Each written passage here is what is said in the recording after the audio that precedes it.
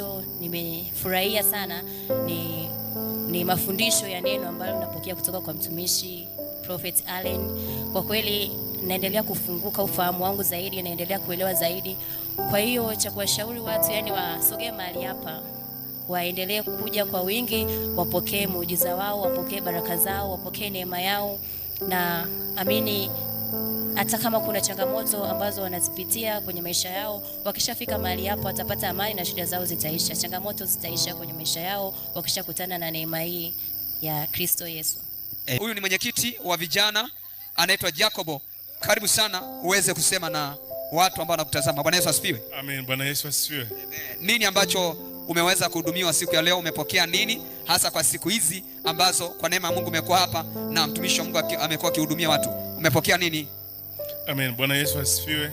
Kwangu mimi ninamshukuru Mungu kwa sababu ya mtumishi wake, kwa maana kwamba kuna vitu vingi nilikuwa naweza nikasoma lakini sielewi, ila kwa sababu ya neema hii imenipa, ninamshukuru Mungu kwa sababu amenipa kuelewa na kutambua nafasi yangu kama kiongozi na kama mtumishi wa Mungu, lakini pia kuelewa mazingira na namna ambavyo ninatakiwa kuishi katika Kristo Yesu. Amen. Leo mtumishi wa Mungu amefundisha kwa neno la upana sana, hasa kuhusu kuielezea neema.